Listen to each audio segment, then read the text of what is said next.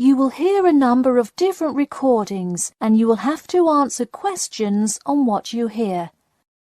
There will be time for you to read the instructions and questions, and you will have a chance to check your work.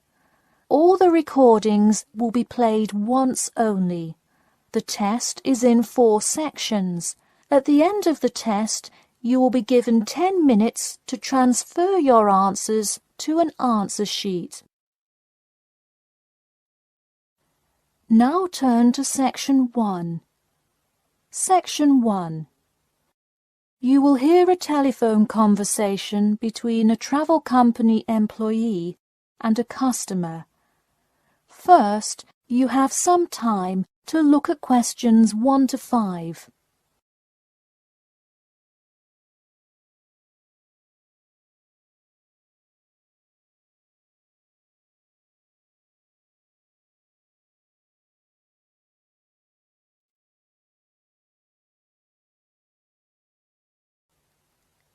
Now we shall begin. You should answer the questions as you listen, because you will not hear the recording a second time. Listen carefully and answer questions 1 to 5.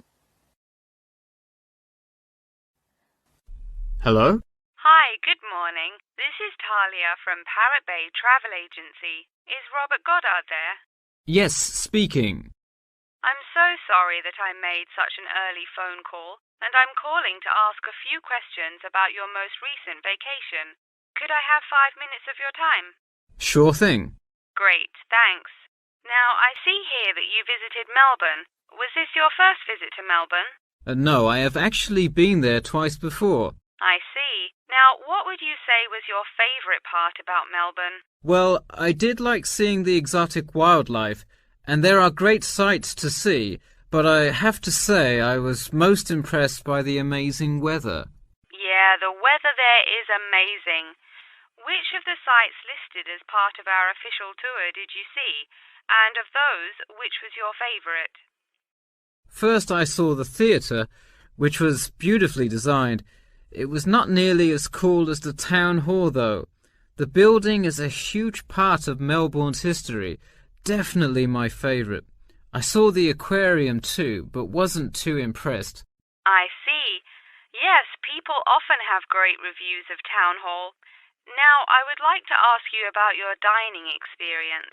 Did you enjoy the food there? Absolutely, I loved it. I'm glad to hear it. Could you tell me a little bit about what you most enjoyed about the food? Being such an international city, I loved the variety. I could find any type of food I wanted, whether I wanted seafood, burgers, or anything else. You name it, and they had it. Did you drive to Melbourne? No, I flew.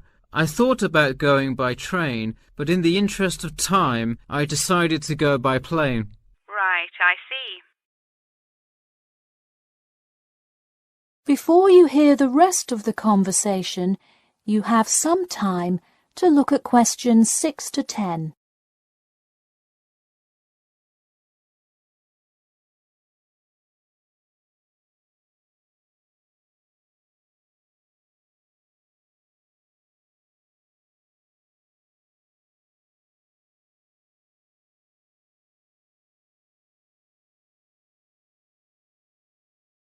Now listen and answer questions 6 to 10.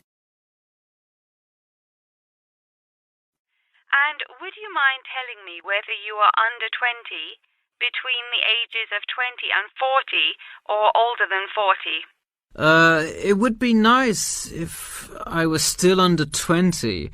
My vacation probably would have been quite different.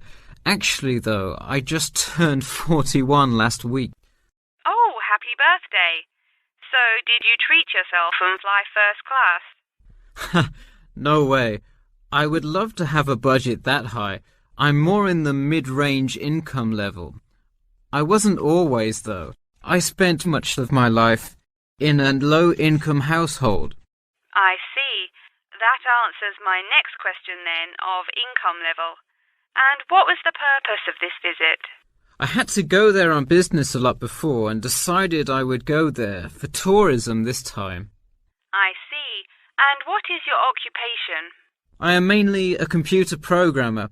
I also write for a travel magazine on the side, which is why I visited Melbourne before, but it's not my main source of income. I see. Wow, it sounds like you work a lot. Yes, I am very busy, which is exactly why I took a nice week-long vacation to Melbourne. I completely agree. Would you care to comment on your accommodation? My hotel was a good value. Staying in the city can get really expensive, so it was nice to find such a good price for the location and quality. I'm glad I didn't end up in some cheap motel in the middle of nowhere. I'm glad you didn't either. Well, thank you for taking part in our survey, and I'm glad you enjoyed your vacation. No problem. Take care. That is the end of section 1. You now have half a minute to check your answers.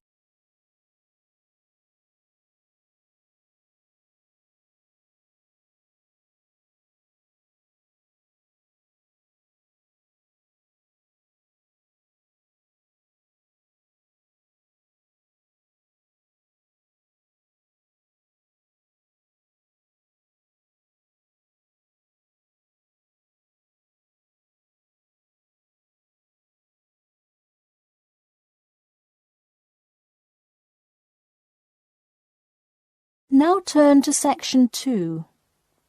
Section 2. You will hear a talk about the main points of interest and the improvements made in the area. First, you have some time to look at questions 11 to 15.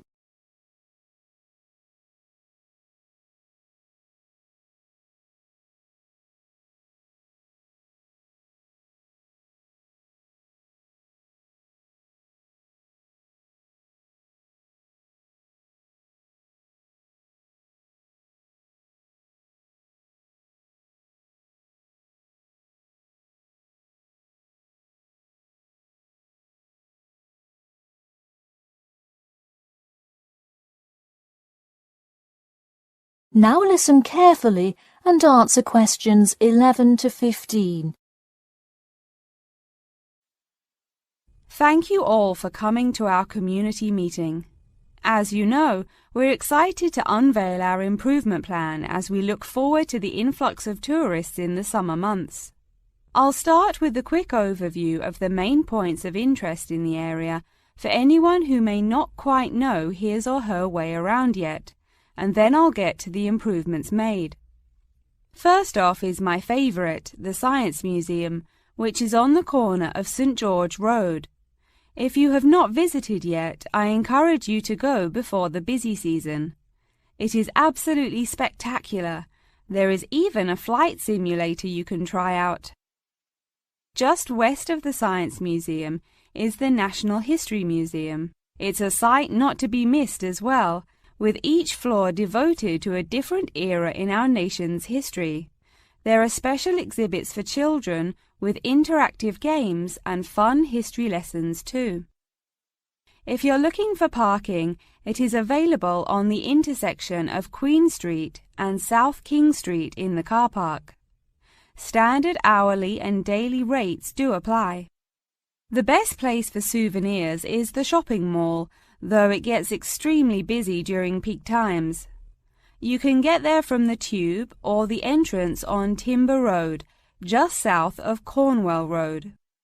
This area has students everywhere, usually from the primary school across the street from the shopping mall. Classes often take field trips and engage in guided tours through the area. So that's the overview of the main sites, and hopefully by now I've given you a general idea of the area. Before you hear the rest of the talk, you have some time to look at questions 16 to 20.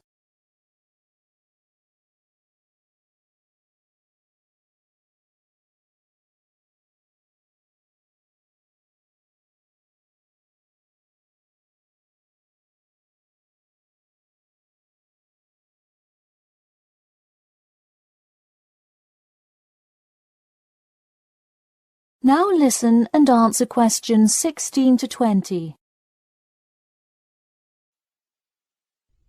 Now I'm going to outline the improvements we have made in our efforts to make the experience even better for each and every one of our visitors. You probably noticed when you first drove into the car park this morning that there is now additional signage to help avoid confusion.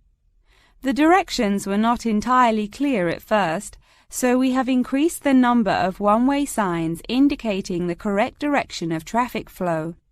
Not far from there, in line with our mission of giving back to the community, we constructed a brand new playground for the primary school. It is really something to be excited for. The equipment is state-of-the-art and includes swings, a small climbing wall, and even an obstacle course. Now we'll head north and take a look at the Science Museum. In response to our feedback from past visitors to the museum, there is now free information available outlining not only upcoming IMAX showings, but also natural wonders like meteor showers, eclipses, and other cool natural events. The Science Museum isn't the only museum improving the experience of its visitors. The National History Museum has added an entire new wing to its facility to accommodate the large crowds of people gathering to see the Civil War exhibit, Inventions Timeline exhibit, and other wonderful sections of the museum. The increase in space will definitely give a more calm, comfortable experience for visitors. And finally, remember when there was actually a line at the mall entrance from the tube station? It was terrible trying to get anywhere from the tube because foot traffic got so backed up sometimes. We have addressed that by adding another entry point into the mall from the other end of the platform to disperse the crowd. So those are the major improvements we have made. Clearly, having too many people that want to visit and enjoy what our community has to offer the public is a good problem to have, and I am confident that we have made the changes necessary to accommodate the growing interest in the area. As always, we welcome any questions, comments, or concerns about the new improvement plan. In a few minutes, I will open up the floor for questions, but you can also contact me or any other board member by email or through the city website. Thank you for coming, and I now encourage you to stay for the questions and answers panel occurring between now and 10:30. That is the end of section 2. You now have half a minute to check your answers.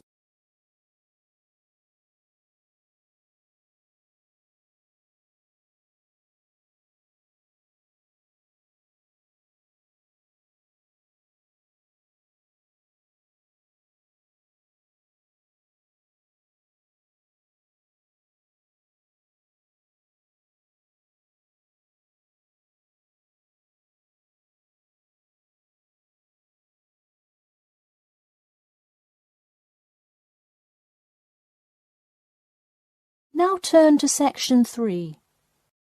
Section 3. You will hear two students called Jane and Mark talking to their tutor about the project assignments for their senior thesis.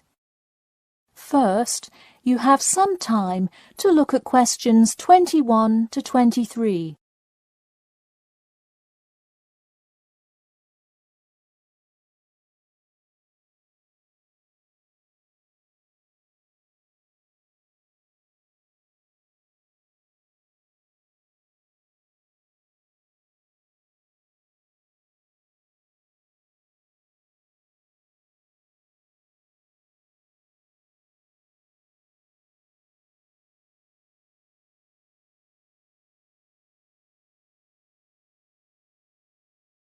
Now listen carefully and answer questions 21 to 23. So, you were both given your project assignments for your senior thesis today, right? Yes, and we already have to submit our topics next week. But how could they give us a grade this soon?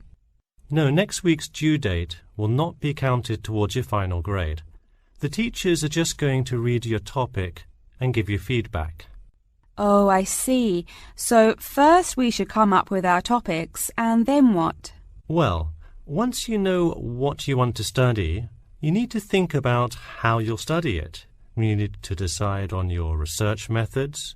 The methods will be the main part of your paper. What about the results section? Well, I can give you feedback on that, but you will be the one carrying out an experiment, and thus will have to produce the results on your own. What I would like to do today is practice writing research papers before you even begin your report. I'll give you samples of old data from past experience, and you can practice writing results and drawing conclusions. I think that would be really helpful. Yeah, it sounds like a lot of extra work, but I'm sure it would make our actual project easier. You're exactly right. So let's get started. First, let's try this simple experiment on fruit flies. Read the information and then take 25 minutes to summarize a results and conclusion section. That's really important. Pay attention to the time limit. Okay, does it still have to be 6,000 words? No, don't worry about that. What if we get off topic? I wouldn't worry too much. You'll have so much information to write about that it should be easy to stay on topic. Before you hear the rest of the talk, you have some time to look at questions 24 to 30.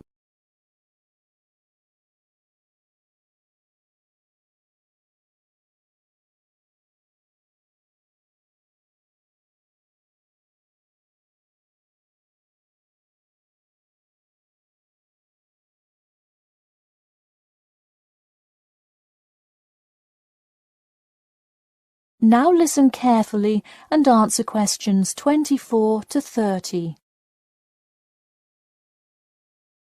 But what about other sources? Well, for this assignment, you can use the one from your textbook. In your actual paper, you should find old experiments that support your topic. So do we need to find different types of sources? For instance, should I be conducting lots of interviews to use in my paper? No, there's no need to conduct lots of interviews or anything like that. Okay, I'm ready to get started. I'm still a little confused, though, on how we should format our paper. Don't worry about it for now, but on your final paper, make sure to pay attention to the format. It should follow the guidelines exactly. Oh man, I'm starting to understand why they give us all semester to do this. Are there any other small details like that we should know about? Not a whole lot. Make sure you provide 2 copies. One for your teacher, of course, but one for yourself as well. And of course, you know the due date, right? It's April the 11th, right? What? No, it's May 11th, right? Yes. The due date is May 11.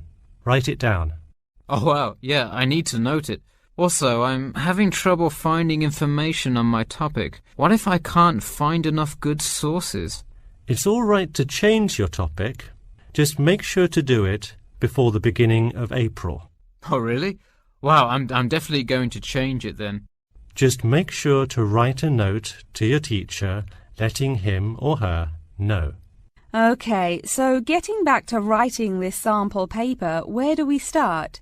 Should I just explain the experiment and what happened? Well, you need to start with your hypothesis, what you think will happen, and then describe your procedure. Then you can write up the results and your conclusions. Oh boy, I don't know if I can handle any more instructions.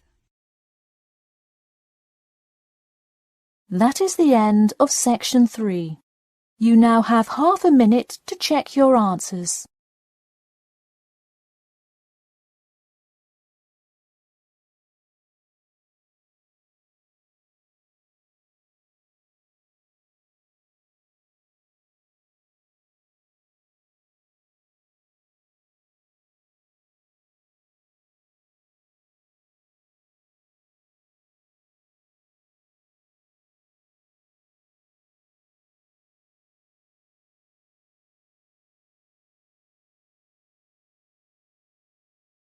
Now turn to Section 4.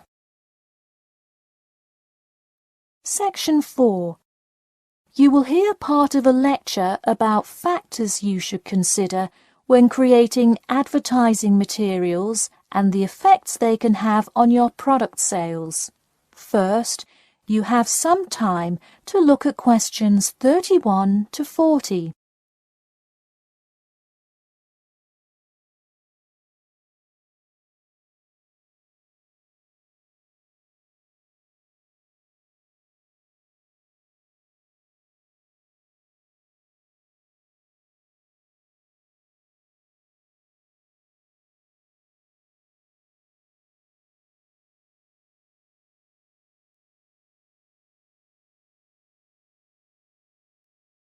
Now listen carefully and answer questions 31 to 40.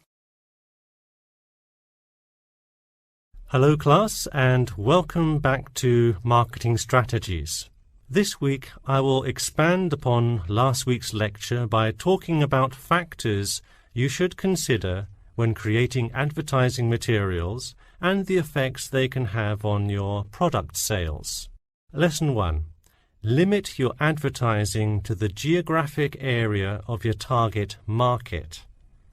Though you may have a product that people want in a large area, the distance that customers are willing to travel is a significant factor in their choice of where to purchase that product.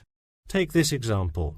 If you're really hungry and decide you want a burrito, would you choose the restaurant that is a block from your apartment, or the one that is just as good, or even slightly better, across town?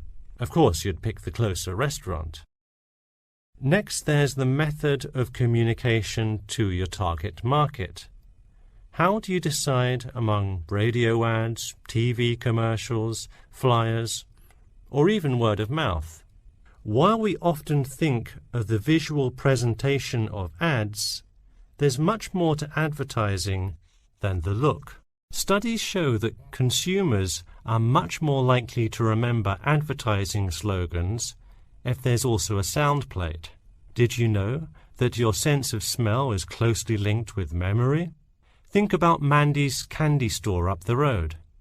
Every time you walk past it, you can just smell the chocolate, right?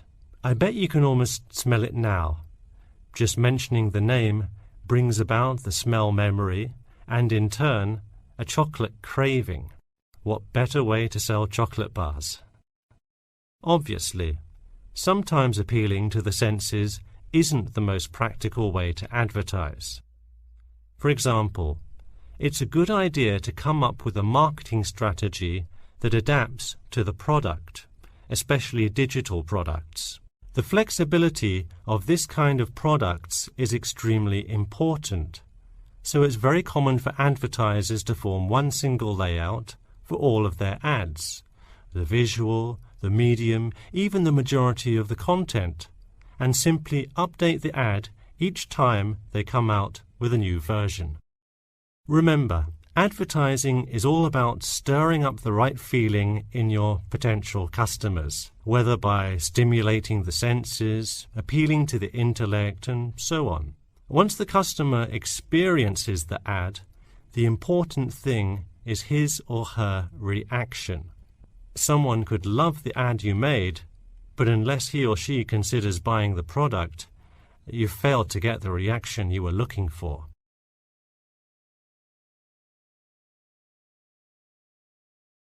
So once you have successfully reached your target customer, and you have his or her business, often you'll want to expand to a larger market. More often than not, the same marketing strategies you used in your small campaign may not work for a larger audience. The larger you scale your product, the more factors you must consider. For instance, Apple operates worldwide, so they must tailor their advertising for each market they enter. Often you'll see Apple ads on international flights that appear not only in English, which is the lingua franca of most regions, but also in the native languages of the majority of passengers. I travelled to Russia last week, and it was really interesting to see the same Nike ad that I've seen 100 times, except this time it was in Russian. Okay, going back to the medium of the advertisement, even after choosing to create print ads instead of radio announcements, television commercials, etc., there is more to consider. If you print your ad in a newspaper, it will be read by a far different audience than if you print your ad in a popular magazine. Would you put an ad for the new Justin Bieber album in a newspaper? Probably not, because that product is most suitable for youths. Let's face it, do you know anyone under the age of 25 that buys a newspaper? No. Now let's try a few strategy exercises. Imagine you're a company that is aiming to improve the environment by making products that reduce human waste. How would you advertise your product? Clearly it would send the wrong message if you put up flyers or other materials that caused lots of waste paper. Consider instead putting commercials on the Health Channel or buying ad space on websites like UNESCO. Or here's another example. What is one great place to advertise suntan lotion? How about a swimming pool? It has the exact group of people that need the product. All right, one last thing. Let's say you're filming a commercial for a water filter pitcher. What would be good scenery to use for the background? Think about somewhere calm and relaxing with clean, fresh water. Can't you see how much more effective a commercial with the beautiful scenery and flowing rivers of a national park would be than, say, water dripping from a tap? So to wrap things up today, think about the geography of your target market, the type of marketing material you should use, and the most effective way to appeal to the customer in order to make a successful ad campaign. That is all I have for you today. Make sure to read through Chapter 8 for Monday if you have not done so already. Okay, now I'd be happy to answer any questions you may have. That is the end of section 4. You now have half a minute to check your answers.